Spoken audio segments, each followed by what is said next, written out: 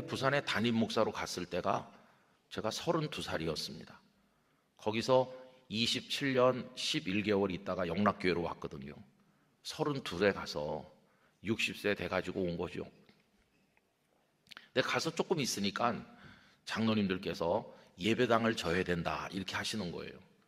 근데 그 교회도 조그마한 교회였고 저는 뭐 목사 안수 받은 지 채 2년 뭐 그 정도밖에 안 됐으니까 아무 목회 경험도 없고 아무것도 없는데 그분들이 오라 오라 오라 해서 몇 달을 끌다가 마지못해 간 거예요. 그리고 제가 기도를 좀 잘못했거든요.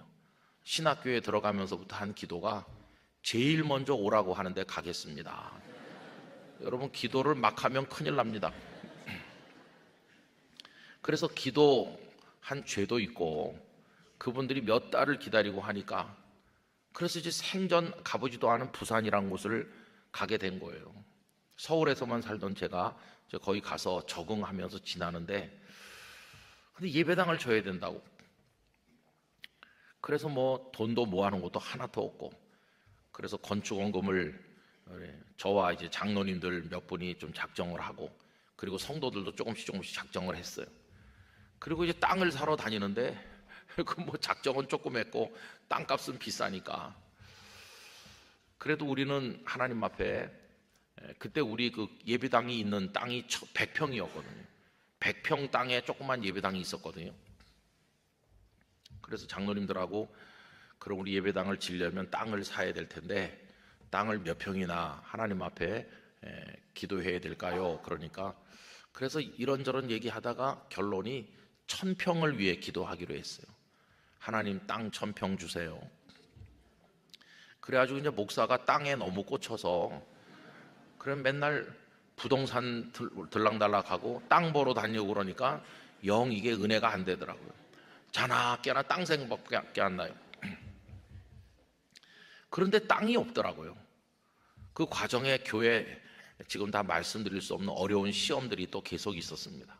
그래서 교회가 참 많은 영적 시험도 당하고 위기들이 여러 번 있었는데 근데 참 하나님께서는 사랑하신다는 게 교회가 굉장히 어려울 때 땅을 딱 사게 하셔서 그 어려움은 잊어버리고 성도들 마음에 소망을 주시더라고요. 근데 땅을 1000평 달라고 계속 기도했는데 우리가 얻은 땅은 겨우 450평이었어. 근데 성도들은요 현실 적응력이 굉장히 뛰어나요. 1000평 달라고 수년을 기도했으면 450평을 사도 기쁘지 않아야 정상인데 1000평을 위해 기도했었다는 거를 까먹는 게 금방 까먹더라고요. 마치 처음부터 450평을 위해 기도한 듯이 할렐루야 그러면서 빨리 설계를 해서 짓자. 근데 저는 마음이 불편하더라고요. 1000평을 위해 기도했는데 왜 450평에 만족하지? 물론 감사하긴 하지만 뭔가 좀 이게 안 맞잖아요. 그래서 부동산 업을 하시는 안수 집사님과 기도 참 많이 하는 집사님이신데 저랑 둘이는 약속을 했어요. 집사님, 우리 둘은 계속 1000평을 위해 기도합시다. 건축위원회가 구성돼서 설계도 들어가고 진행이 되고 있는데 우리 둘은 계속 주여 1000평 이렇게 했어요. 이렇게 서너 달 지나고 있는데 우리가 산 땅과 담장을 길게 끼고 있는 그 옆에 땅 그게 두부를 만들던 공장이에요. 부산에 몇 군데 그 공장이 있어가지고 부산 경남에 두부를 공급하는 회사인데 경영진 사이에 내분이 일어나가지고 일부 재산을 정리해야 될 상황이 오게 됐어요. 그래서 그분들이 우리가 산 땅 옆에 있는 그거를 정리하길 원하시는 거예요. 우리한테 연락이 와가지고 시가의 절반으로 사라. 그게 538평이었어요. 그래가지고 하여튼 밀고 땡기고 이렇게 하다가 나중에 그분들이 내분이 또 해결되는 바람에 값이 좀 올랐긴 했지만 그래도 어쨌든 538평을 사서였어요. 제가 장로님들에게 건축을 하지 말고 이 두부 공장이 층고가 높으니까 그걸 2층인데 그 2층 층고 높은 두부 공장 건평이 한 650평 됐거든요. 그 650평을 대충 수리해가지고 쓰다가 나중에 성도가 늘면 그때 지읍시다. 이래서 538평 샀는데 아직도 12평이 모자라잖아요. 그래서 1000평 달라고 기도했는데 어쨌든 이제 이걸 다 합의를 해가지고 뭐 이렇게 해야 되는데, 측량하는 분이 오셨어요. 와가지고 이제 다 뭐 이렇게 재보고 이렇게 뭐 하잖아요. 하더니 그분이 요 두부 공장 뒤에 12평이 있다. 그러면 그 뒤에 그게 국유지예요, 국유지. 그래서 그 12평을 우리가 불화를 받았습니다. 그러니까 딱 999평도 아니고 1001평도 아니고 딱 1000평이에요. 그래서 제가 감사했을까요? 아휴, 이럴 줄 알았으면 한 2000평 이렇게 해야 되는 건데. 근데 보세요. 그래도 성도들은요, 두부 공장을 수리해서 예배 처소로 만들려고 하니까 좀 마음이 불편하신지 저한테 와가지고, 목사님, 어차피 땅 산다고 빚을 많이 졌는데 그냥 내친 김에 빚을 더 내서 예배당을 짓죠 뭐. 그러는 거예요. 새 예배당이 필요하다는 거예요. 그래서 저도 아예 그렇게 하시죠 뭐. 그래서 이제 빚을 더 내가지고 이제 새 예배당을 짓기로 했어요. 근데 이제 동네 주민들이 절대 교회는 안 된다 이래가지고 뭐 재판하고 법원에서 나오고 뭐 중간에 어려웠습니다. 그래도 동네 아주머니들이 공사장에 와서 들어눕고 막 그래가지고 공사가 한 2년 중단되고, 그리고 결국은 전투경찰이 버스 4대 출동해가지고 주민들을 다 끌어내고 불상사가 나서 앰뷸런스에 실려가고 뭐 이런 참 많은 고생을 했습니다. 그러다 드디어 이제 울타리 치고 기공예배 드리고 이제 예배당 건축이 시작이 돼가지고 이미 빚이 엄청나게 많이 있는 중이에요. 그래가지고 이제 지하를 파고 이제 1층 이제 뭐 이렇게 골조 공사를 하려고 하는데 진짜 반갑지 않는 손님이 왔죠. 그게 IMF랑 딱 만난 거예요. IMF가 오니까 시공회사 그날로 부도나서 그냥 없어져 버렸고, 그 다음에 우리가 수십억 빚을 지고 있는데 이자가 19%까지 올라갔어요. 이자율이. 매달 엄청난 이자를 내야 되는 거예요. 그런데 앞으로도 돈이 더 들겠죠, 건축을 하려면. 근데 지금까지 나간 것만 해도 이자가 뭐 어마어마하게 나가는데, 성도들은 다 회사에서 쫓겨나고 실직자가 돼서 11조 헌금이 쑥 주는 거예요. 헌금이 더 많이 나와도 감당 못할 건데. 그러니까 이제 공사는 중단됐죠. 돈은 없죠. 막막하죠 뭐. 그러니까 이제 성도들끼리 싸우기 시작하는 거예요. 그래서 장로님들께서 성도들 앞에서 멱살 잡고 싸우기도 하시고, 뭐 참 갈 때까지 다 간 그런 지경을 만났어요. 그때 이제 겨우 나이 40이 될까 말까 한 젊은 목사는 이거 뭐 어떻게 해야 되는 겁니까? 장로님이 와서 저한테 장로 사직하겠습니다. 젊은 목사한테 장로 사직서 내면 아버지 같은 그분이 이걸 버텨내야지, 큰형님 같은 장로님이 이겨주셔야지, 나한테 사표 내면서 내가 먼저 냈어야 되는데 이걸 받는 입장이 되니 그런 어려움을 겪었어요. 그때 뭘 해야 될까요? 간구해야 되죠. 간구. 하나님, 돈도 좀 주시고요, IMF도 빨리 끝나게 해주시고요, 우리 성도들 세 갈래 네 갈래로 갈라져 싸우고 있는데 이 싸움도 좀 멈추게 해주시고요, 그리고 공사도 빨리 재개되게 해주시고요. 간구할 게 한두 개가 아니죠. 그래서 제가 간구 많이 했습니다. 여기 새벽기도 끝나면 무릎 꿇고 엎드려가지고 그냥 뭐 1시간씩 2시간씩 계속 매일같이, 어떤 날은 소리를 내서 제대로 하고 어떤 날은 기도가 안 나와서 가만히 있고 어떤 날은 눈물이 나고 뭐 그러면서 하루하루 진짜 그 고통이 너무 커요. 교회가 그날로 부도나고 공중분해돼서 없어질 것 같더라고요. 근데 여러분 보세요. 처음에는 간구를 많이 했어요. 이렇게 꼽아가면서. 근데 너무 어려운 지경에 가니까 그 다음에는 이렇게 꼽아가면서 간구하는 걸 포기했어요. 마지막에는 기도가 안 나와요. 그래서 그냥 가만히 있었어요. 하나님, 뭐 어떻게 해달라는 말도 안 나옵니다. 그러니까 그냥 하나님께서 알아서 하세요. 이 교회가 공중분해 되든지, 이 교회가 뭐 어떻게 되든지 그냥 하나님 알아서 하세요. 내가 손해입니까? 하나님 손해지. 하나님 교회인데 나는 그냥 어디론가 가버리면 되는 거고, 성도들도 뭐 다른 교회 나가면 되는 거고, 예수님을 안 믿을 것도 아니고 뭐 그냥. 제가 무슨 얘기를 드리냐 하면요, 처음에는 간구했었는데 나중에는 다 그것도 포기하게 됐어요. 너무 어려워지면은 그것도 포기하게 돼요. 그럼 그것도 포기하는 그 순간은 뭡니까? 그냥 하나님께 다 맡기는 겁니다. 그 순간이 뭐와 같으냐 하면은 벌거벗은 지금이에요. 손님이 집에 왔는데 속옷만 입고 있는 거나 똑같아요. 얼마나 부끄럽고 얼마나 당황스럽습니까? 근데 뭐 어떻게 해볼 수가 없는 거죠, 뭐. 근데 중요한 게 뭐냐 하면은 다 내려놓고 다 맡기고 벌거벗은 지금이지만 그때 거기서 기쁨을 맛을 본다는 거예요. 그때 뭐가 기쁘냐 하면은 돈도 없고 아무것도 없고 성도들은 싸우고 형편없는데 공사도 중단됐고, 근데 뭐 때문에 기쁨을 느끼냐 하면은 아직 우리 교회에 하나님이 계시다. 그게 기쁨이었어요. 아직 우리 교회에 하나님이 계시다. 그때 저는 놀라운 체험을 했습니다. 앞으로 내가 남은 인생을 살아가는 동안에 애들도 건강하고 뭐 목회도 형통하고 모든 게 잘 되고 나도 안 아프고 아내도 안 아프고 그냥 생각한 대로 촉촉촉 잘 돼. 그런 일이 뭐 있겠어요? 다 사람 사는데 어려움이 많지. 근데 아무리 어렵더라도 하나님만 계시면 기뻐할 수 있다는 걸 터득했어요. 그 극심한 어려움을 통해서. 그래서 아까 말씀드린 것처럼 약하지만 약한 우리 안에 가장 강하신 하나님이 계시다면 우리는 기쁘다. 우리는 이길 수 있다. 그걸 배우기 시작한 거예요.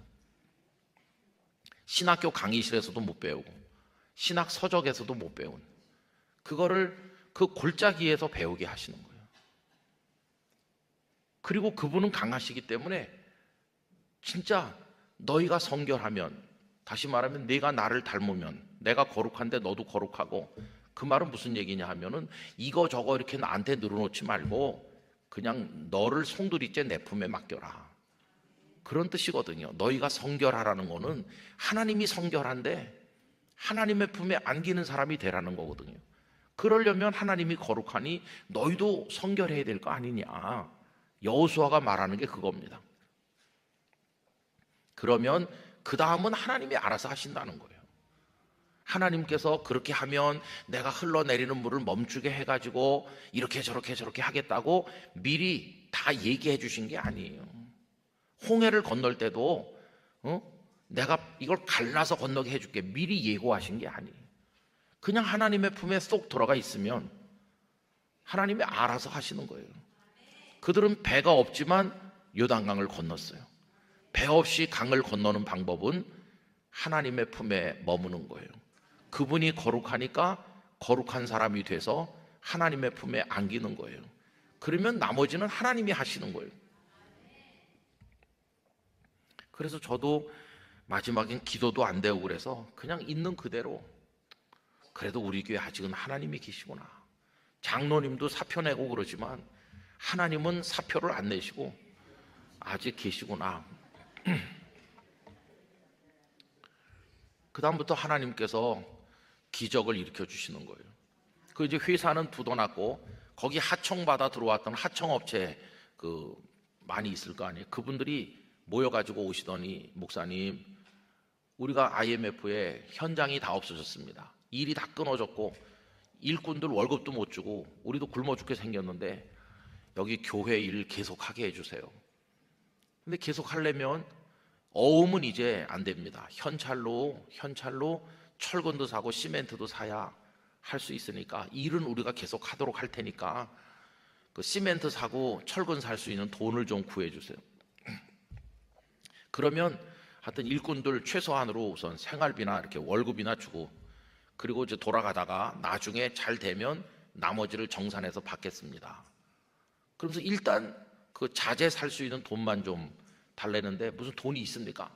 매달 엄청난 이자 내야 되는데 그래서 할 수 없이 제가 돈이 없다는 거 탓하고만 있지 말고 하나님은 부자시니까 돈 구하러 다녀야 되겠다. 그래서 제가 이제 돈 구하러 다니기 시작했어요. 다른 교회 장로님 찾아가서, 장로님 우리 교회 형편 아시죠? 뭐 노예 안에 소문이 다 나서 다 알죠. 아유, 목사님 얼마나 힘드세요? 그 뭐 회사도 부도나서 없어지고 우리가 다 듣고 있습니다. 그래서 왔는데요, 돈 좀 빌려주세요. 뭐 담보가 어디 있어요? 담보도 없고 아무것도 없죠. 이미 잡힐 대로 다 잡혀갖고 이제는 잡힐 것도 없어요. 근데 참 배 없이 강을 건너게 하신 하나님께서 참 담보도 없이 돈이 생기게 하시더라고요. 제가 어떤 장로님 찾아갔더니, 목사님 이거 그냥 목사님 보고 드리는 건데 뭐 갚아도 되고 안 갚아도 됩니다. 못 갚으시면은 놔두세요. 그럼 내가 헌금 한 셈 치겠습니다. 그러면서 그 장로님이 자재 사라고, 우선 시멘트랑 철근을 사야 일을 할 거니까 앉은 자리에서 바로 2억을 주셨어요. 참 감사하더라고요. 근데 2억이 며칠 가겠습니까? 2억 가지고 얼마 가겠어요? 그래 2억 갖고는 안 되는 거죠. 또 다른 장로님, 배사업, 그 선박 사업하는 장로님 또 찾아가서, 장로님 여차저차해서 왔는데 아이고, 그 장로님 그 자리에서 6억을 주셨어요. 그래 8억이 모이니까 일단 공사를 재개할 수 있잖아요. 하나님은 배 없이 강을 건너게 하시는 분이세요. 제일 중요한 건 뭐냐 하면 그분 안에 우리가 있기만 하면 돼요. 힘센 척 하지 말고, 하나님 우리 약해요. 나도 하나님 품에 안기고 싶습니다. 근데 하나님이 거룩하니까 내가 더러운 모습으로는 그분 품에 못 안기니까, 하나님 제가 깨끗하게 했어요. 저도 성결하게 하려고 노력했어요. 하나님이 우리를 꼭 안아주셔요. 하나님이 안아주셔도 우린 여전히 약해요. 그죠? 약한 채로 안기는 거예요. 우리 쪼물애기, 우리 애기들을 아빠 엄마가 꼭, 할아버지 할머니가 꼭 안아주면 그 품에 안기는 순간 얘가 갑자기 힘센 어른으로 변합니까? 여전히 힘없는 어린애에 불과해요. 그런데 혼자서 돌아다닐 때랑 엄마 아빠 품에 안길 때랑 완전히 다르잖아요. 엄마 아빠 품에 안기면 찝적대던 동네 애들도 다 도망가고, 엄마 아빠 품에 안기면 원하는 것도 엄마 아빠가 다 사주고 다 알아서 다 해줘. 그러니까 배 없이 강을 건너는 결론은 뭐냐 하면 하나님 안에 있는 거예요. 하나님 안에. 하나님만 바라보면서. 그게 은혜를 구하는 삶입니다. 여러분 성경을 한 군데 펴서 읽으려고 하는데, 시편 123편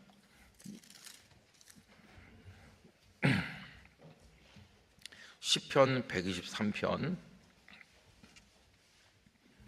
1절 2절, 시편 123편 1절 2절을 제가 그냥 읽어드려도 되지만 여러분 줄도 치시고 하시라고 같이 찾아서 읽습니다. 123편 1절 2절, 우리 3절까지 이어서 읽읍시다. 다 같이요. 하늘에 계시는 주여, 내가 눈을 들어 주께 향하나이다. 상전의 손을 바라보는 종들의 눈같이, 여주인의 손을 바라보는 여종의 눈같이 우리의 눈이 여호와 우리 하나님을 바라보며 우리에게 은혜 베풀어 주시기를 기다리나이다. 여호와여, 우리에게 은혜를 베푸시고 또 은혜를 베푸소서. 심한 멸시가 우리에게 넘치나이다. 아멘. 여주인의 손을 바라보는 여종의 눈같이, 종의 미래는 주인에게 달렸어요. 주인이 팔아버리면 팔려가는 거고 쫓아내면 쫓겨나야 돼요. 그런데 간절한 마음으로 주인을 바라보는데, 주인이 너는 종이 아니고 내 친자매나 같아, 그러면서 품에 꼭 안아주면 다 해결되는 거예요. 여러분, 우리는 이 땅에 사는 동안 끝까지 약할 겁니다. 세월이 가면 갈수록 더 약해질 겁니다. 육체도 그렇고 우리 심령도 늘 도전받고 있고 약할 겁니다. 그러나 약해도 승리하면서 배 없이도 강을 건널 수 있습니다. 왜 그러냐 하면 그 하나님의 품에 있으면 되는 거예요. 그 하나님의 품에. 그게 성결하라는 요구예요. 성결하라는 말을 다른 말로 바꿔 말하면 내 품으로 들어와라. 그거예요. 여러분, 그렇게 하면 우리는 하나님 안에서 승리하는 사람이 될 수 있다는 것이. 그래서 결론은요, 이겁니다. 너 어떻게 인생을 잘 사니? 그러면요, 아, 내가 가진 게 많고 몸이 건강하고 난 이렇고 저렇고 다 조건이 좋거든. 나는 강하거든. 그래서 나는 잘 사는 거야. 이게 아니고요. 결론은 뭐냐 하면 하박국의 결론처럼 되는 거예요. 농사 졌는데 감람나무에 무화과나무에 포도나무에 뭐 열매도 소출도 없고 아무것도 되는 것도 없고, 목축했는데 우리의 양도 없고 외양간에 소도 없고 아무것도 없어. 나 약자야. 나 정말 가진 것도 없고 되는 것도 없어. 그래도 나 잘 살아. 어떻게? 나 여호와로 인하여 즐거워하며 구원의 하나님으로 인하여 기뻐하리로다. 여호와는 나의 힘이시라. 그게 약자가 승리하는 방법이에요. 약자가 부르는 개성가, 그게 하박국 3장 18절 19절에 나오는 약자의 개선가라고 할 수 있어요. 하나님으로 인하여. 여러분, 그 하나님이 수색교회 성도들의 하나님 되시기를 축원합니다. 그래서요, 강자가 되지 못한 것을 막 화를 내면서 안타까워하면서 하나님, 저는 왜 이렇게 늘 연약합니까? 이러지 말고 그 연약함 속에 다가오시는 하나님의 은혜를 기억하면서 승리하기만 하면 되잖아요. 요단강을 건너기만 하면 되는 거잖아요. 그리고 어려웠지만 그게 나중에 간증거리가 되는 거예요. 여러분, 돈 10만 원이 있어서 3만 원짜리를 쉽게 사서 쓰는 사람은 간증거리가 없습니다. 그런데 3만 원짜리를 아무리 노력해도 못 사는 정말 연약한 사람은 그거를 극복하고 가치 체계가 새롭게 됐고 그가 모르는 기쁨을 나는 알고 사울이 바울 되듯이 아우구스티누스가 변화되듯이 완전히 변화되면서 하나님만 바라보게 될 때 다른 사람은 모르는 은혜를 경험하게 되는 거예요. 그게 다 간증거리가 되는 거예요. 남이 못 보는 걸 보고 남이 모르는 걸 알고 남이 누리지 못하는 기쁨을 누리는 것이, 이게 연약한 자가 강자보다 더 빛나는 인생을 살아가게 되는 놀라운 비결인 것이에요. 여러분들도 배 없이 많은 강을 건너시는 은혜가 있으시기를 축원합니다. 그러다가 인생 맨 끝에 건너야 될 마지막 요단강이 우리 앞에 펼쳐질 거예요. 죽음의 요단강을 넘어 영원한 천국에 가야 되는데 그 죽음의 요단강은 뭘 타고 건너나? 여러분, 그때 주님이 우리를 안아서 건네주실 거예요. 주님 품 안에 있으면 우린 죽음도 뛰어넘고 영원한 생명의 나라로 들어가게 될 줄로 믿습니다. 그런 은혜가 여러분에게 넘치시기를 간절히 축원합니다.